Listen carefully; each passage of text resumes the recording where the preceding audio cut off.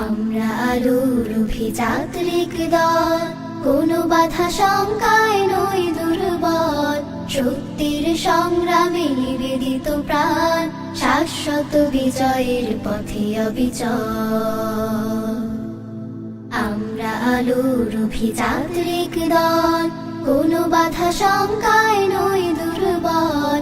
সত্যের সংগ্রামে নিবেদিত প্রাণ, শাশ্বত বিজয়ের পথে অবিচল।